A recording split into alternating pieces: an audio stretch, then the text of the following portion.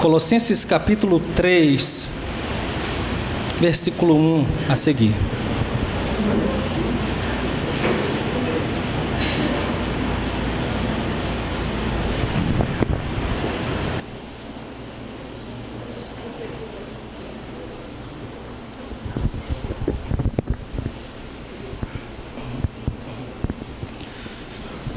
Carta aos Colossenses, capítulo 3, a partir do versículo 1.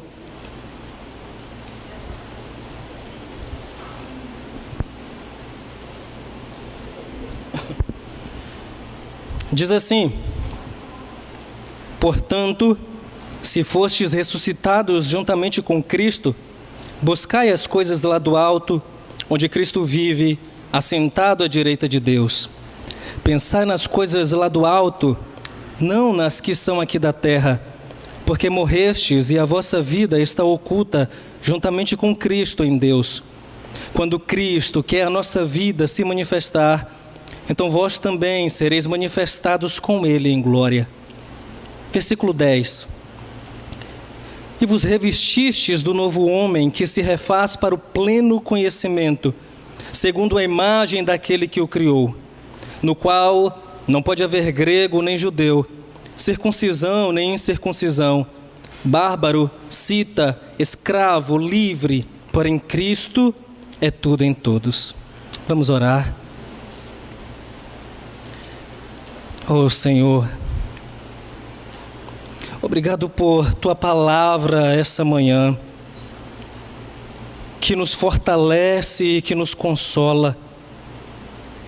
Peço, Deus, que o Senhor fale aos nossos corações, que o Teu Espírito possa sondar mais do que a minha voz pode ir, porque a minha voz chega até os ouvidos, mas o Teu Espírito sonda os corações, trazendo quebrantamento, trazendo convicção de pecados, trazendo arrependimento, trazendo fé, trazendo vida.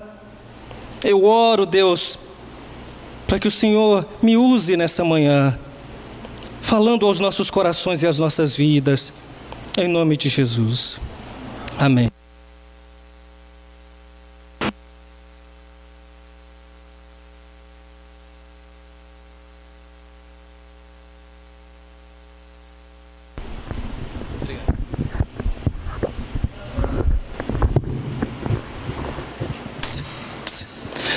Na semana passada, à noite, nós falamos sobre a doutrina da união com Cristo.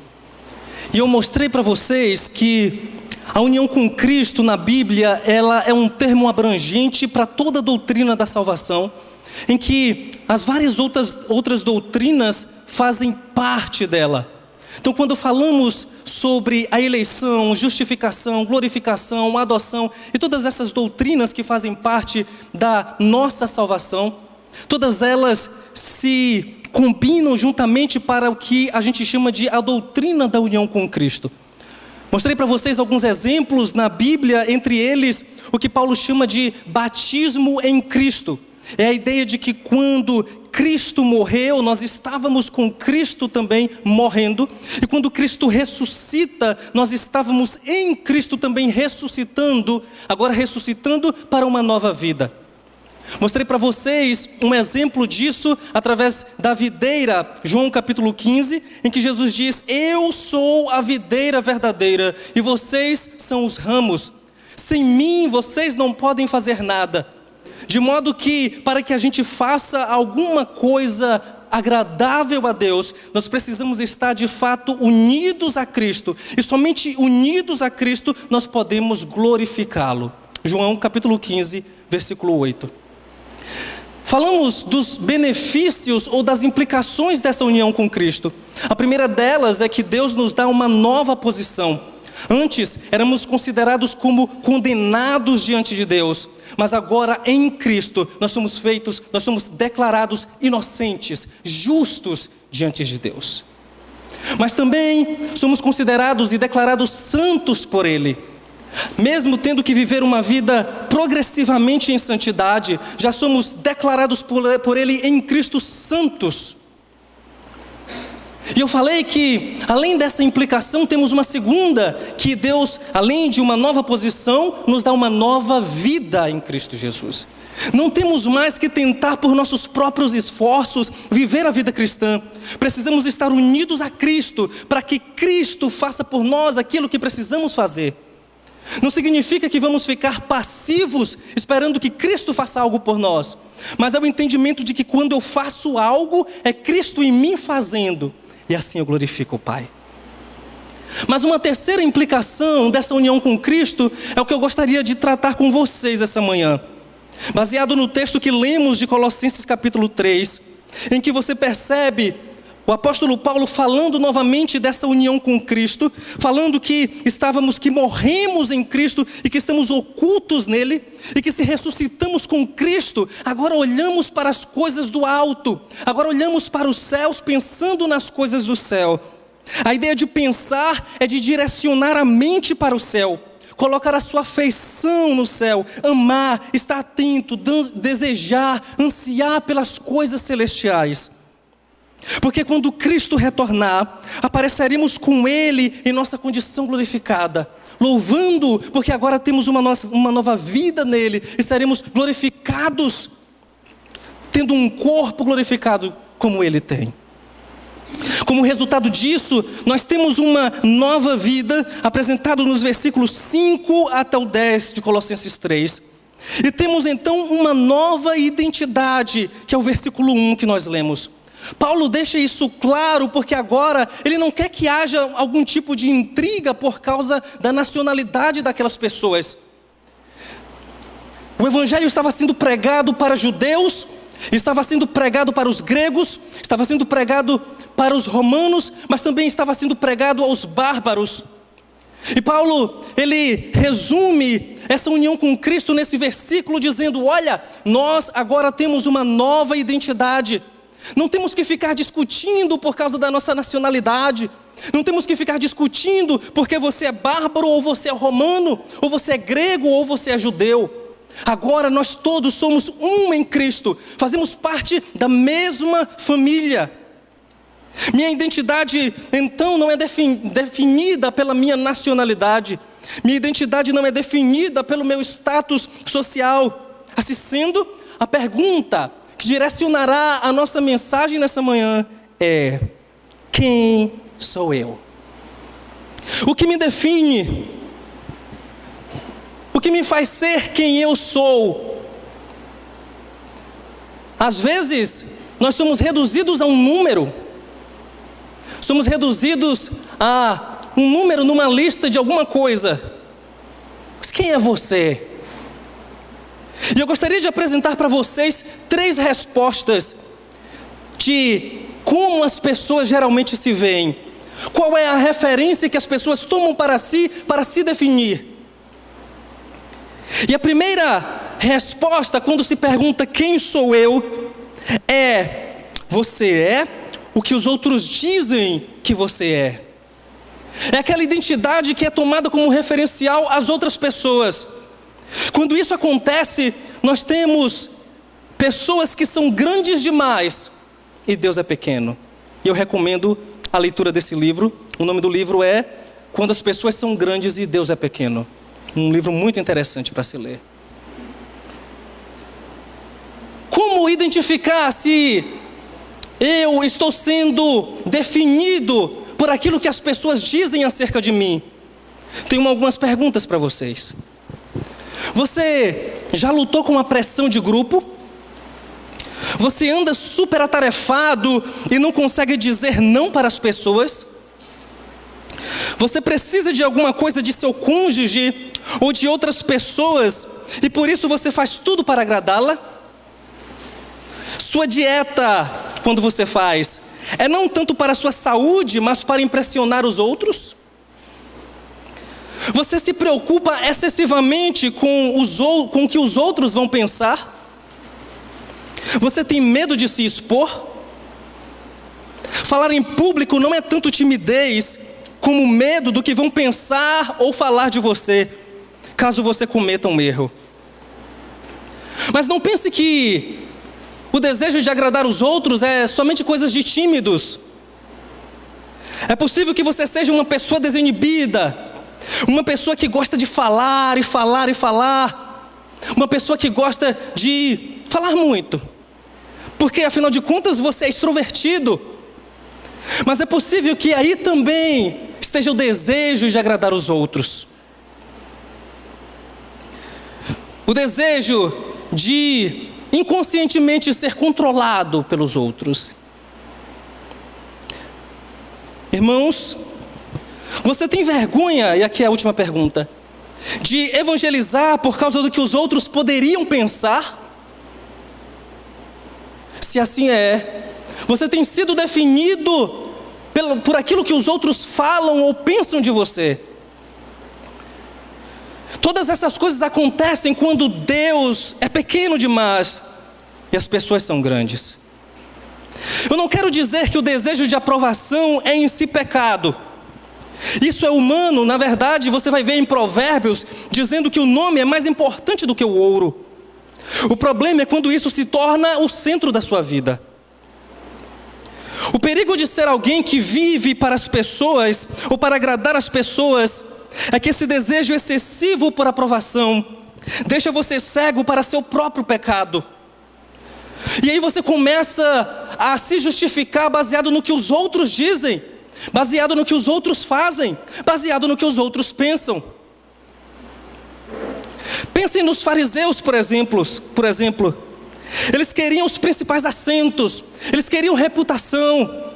No jejum eles queriam ser vistos, eles queriam fazer aquelas orações em que os outros olhavam e diziam: nossa, como essa pessoa é uma pessoa piedosa. Mas Jesus olha para eles e diz: vocês são como sepulcro caiados, vocês são cegos guiando outros cegos. Porque o que vocês querem não é adorar a Deus com isso, vocês querem é a reputação que isso traz. Você nunca percebe, quando o seu desejo é de agradar os outros, que você está sendo idólatra, porque seu pecado te faz olhar para o outro como sendo o problema. E você está sempre com aquela síndrome de Adão. Ah, se meu marido, se minha esposa, se meu filho, se eu tivesse aquilo ou aquilo outro. E você começa a exigir que as outras pessoas te elogiem, te façam isso ou aquilo outro. E se não fizerem, isso começa a mexer com você. Você então começa a se considerar uma pessoa frustrada, uma pessoa sozinha, uma pessoa triste. Mas essa não é a única resposta que as pessoas dão. Alguém pode se cansar de ser visto pelos outros e ser definido pelos outros. Então ela passa para a segunda resposta de quem é você. E a segunda resposta é: você é o que você diz ser. Essa pessoa então decide ser autônoma, dono de si mesmo. Você declara: basta, basta. Eu não me importo mais com o que as pessoas dizem. Eu sou o que eu quero ser. As coisas então começam a girar em torno de você. Como um filósofo que escreveu um livro no qual ele dizia, os capítulos do livro eram assim: por que sou tão sábio? Por que sou tão sagaz? Por que escrevo tão bons livros? O orgulho tentará você a exagerar suas virtudes. Vai fazer com que você minimize suas falhas. E então você começa a dizer frases como: não sou perfeito, mas eu não sou tão mal assim. Como aquele fariseu que, ao se encontrar com um publicano no templo, dizia: Deus, eu te agradeço porque eu não sou como esse publicano, porque eu oro, eu jejuo, eu dou dízimo.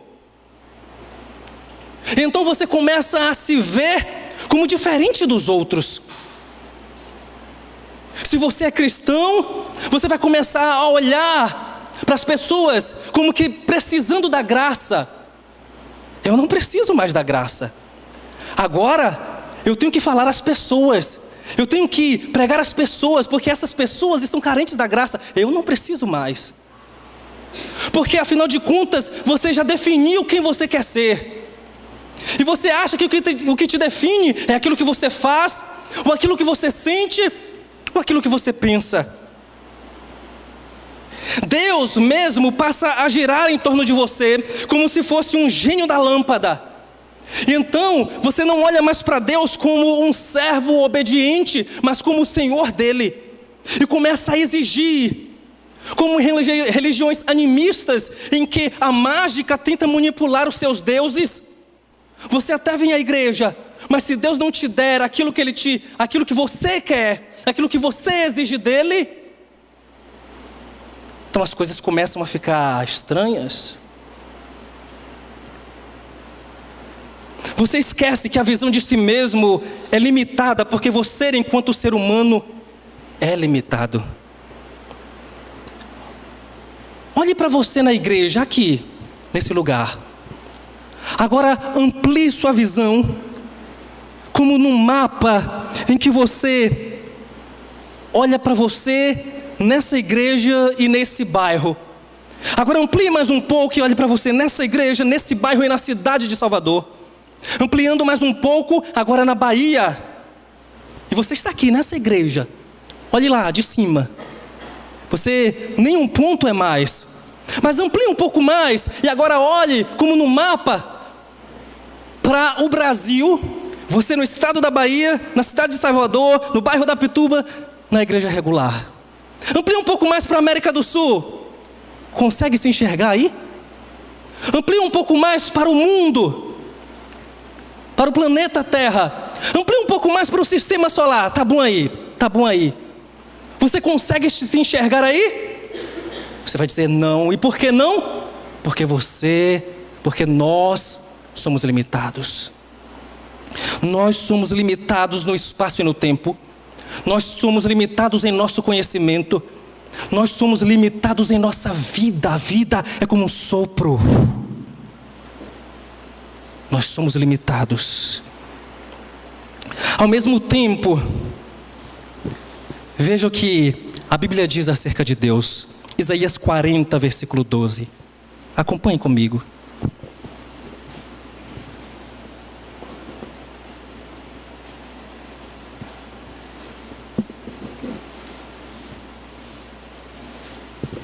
Isaías capítulo 40, versículo 12. Você é limitado, mas olha como a Bíblia descreve Deus. Quem na concha de sua mão mediu as águas e tomou a medida dos céus a palmos?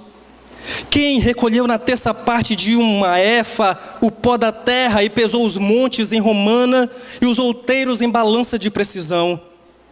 Quem guiou o Espírito do Senhor? Ou como seu conselheiro o ensinou?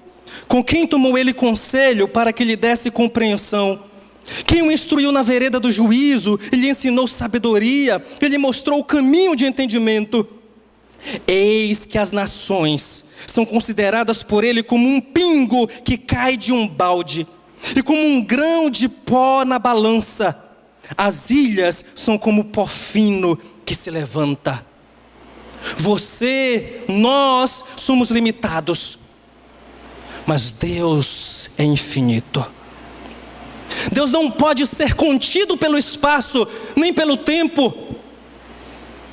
O problema é que quando nós começamos a definir a nós mesmos, sendo nós a nossa própria referência, nós estamos dizendo, eu quero ser Deus.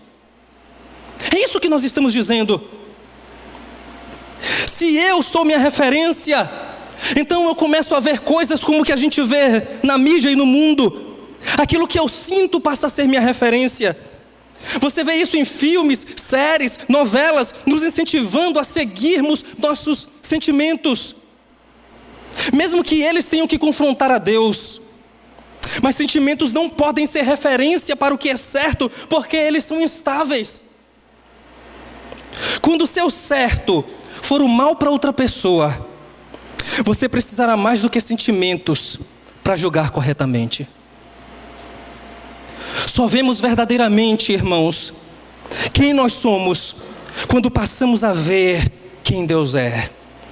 Você lembra do profeta Isaías, quando estava no templo, e ele diz que tem uma visão do Senhor assentado no trono, e os serafins estavam ao redor dele dizendo: Santo, Santo, Santo.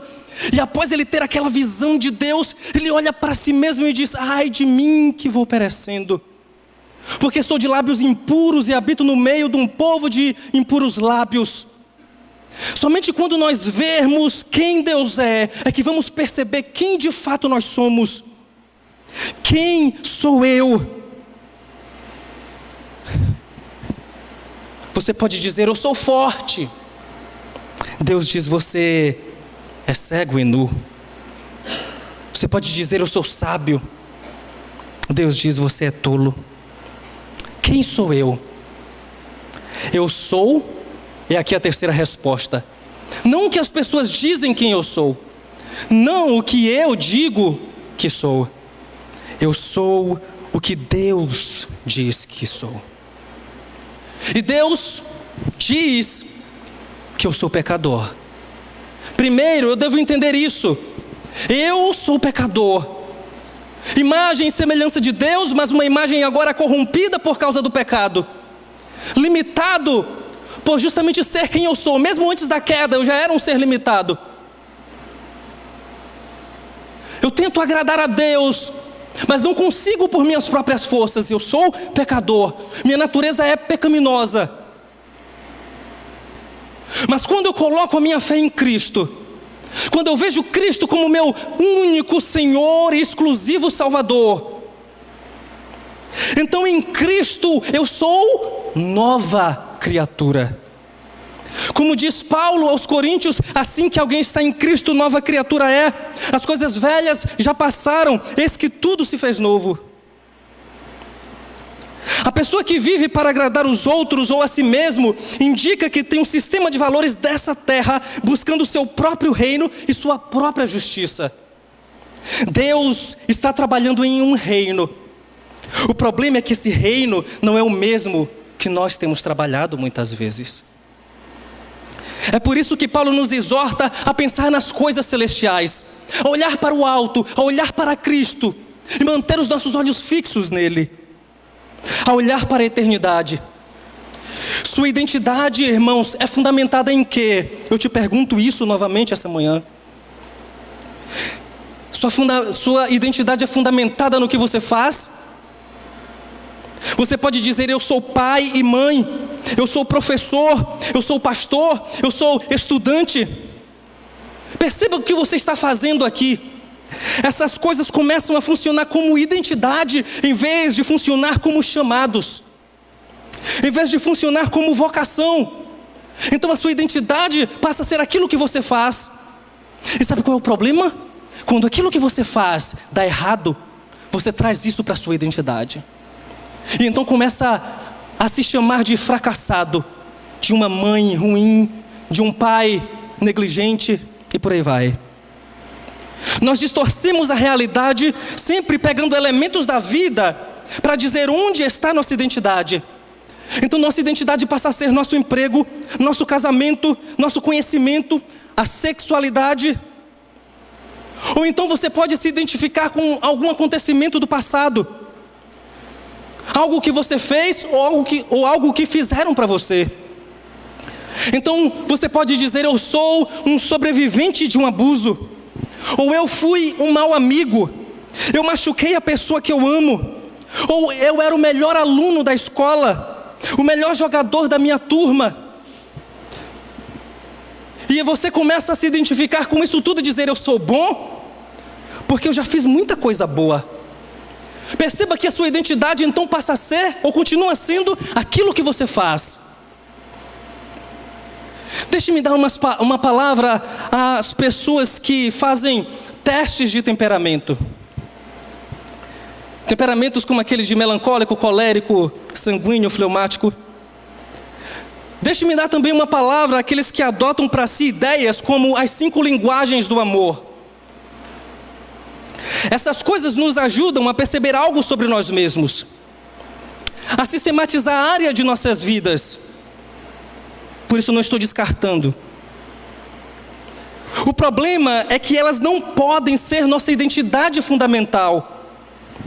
Não podemos, irmãos, direcionar as nossas atitudes, direcionar o nosso comportamento baseado nesses testes que nós muitas vezes vemos. Então você começa a justificar o seu comportamento dizendo: eu sou colérico, eu sou assim mesmo, iracundo, eu me iro facilmente. Então você justifica o seu ato de ira simplesmente porque você viu em algum lugar que é assim que é a sua personalidade ou o seu temperamento. E você então começa a pedir ao seu cônjuge que satisfaça condições para satisfazer a sua linguagem do amor, com palavras de afirmação, com toque, com tempo de qualidade, porque senão o seu tanque do amor começa a se esvaziar, e aí você começa a exigir do outro que molde. Aí você volta para a primeira definição de identidade aqui. Você começa a exigir do outro e querer que o outro te agrade, e você começa a ser definido por isso. Sua identidade mais fundamental não é essa. Sua identidade mais fundamental deve ser que você é de Cristo. Você é dele. Você é uma nova criatura. Um cristão, não um cristão iracundo, mas um cristão que luta contra a ira. Não um cristão depressivo, mas um cristão que luta contra a depressão. Você é de Cristo. Se há alguma identidade que você deva ter como cristão, deve ser essa. Perceba que não tem nada a ver com você, tem a ver com Ele. Você é dele. Sua identidade não é fundamentada no que você faz ou no que você sente, mas quem você é em Cristo que define o que você faz. Você não é definido pelo que você faz na igreja, ou por estar na igreja, nem por você ter uma profissão ou ter um ministério. Você é definido por quem você é em Cristo. Por isso, eu gostaria de dar uma palavra a você, amigo visitante que não conhece a Cristo, uma palavra a você que é cristão. Para você, amigo visitante, perceba que se você não tem Cristo, você não tem essa nova identidade. Seu velho eu ainda te domina, porque Cristo não é o Senhor de seu coração. Você ainda está sendo definido por aquilo que os outros dizem, ou você está sendo definido por aquilo que você acha que é. E então você toma a posição de Deus, sendo a sua referência. Mas Deus te chama para uma nova posição. Ele te chama para ter uma nova vida nele e uma nova identidade. Amigo cristão que se esqueceu da sua identidade em Cristo, Deus te chama ao arrependimento e fé. Você esqueceu que não depende de Cristo apenas no início de sua caminhada, mas durante sua caminhada também. Por isso volte para Ele, corra para seu Senhor e não para longe dEle. Relembre que você é filho e que Deus é um bom Pai. Amigo cristão que tem lembrado de quem você é em Cristo, que tem entendido isso, tenha cuidado. Tenha cuidado, porque o nosso coração é muito enganoso. Ele nos engana facilmente, e facilmente esquecemos quem nós somos em Cristo. Facilmente nos esquecemos que somos dele e que fazemos as coisas através dele. Passamos então a achar que é nosso esforço e nosso mérito. Mantenha seus olhos fixos no autor e consumador da nossa fé. Quem é você? Quando você pecar e o acusador vier te condenar, lembre-se que você é dele. Pode orar assim: Senhor, eu sou teu, eu sou filho. Quando você ser tentado a se identificar com o seu trabalho e aí começar a se frustrar, lembre-se que não é isso que te define.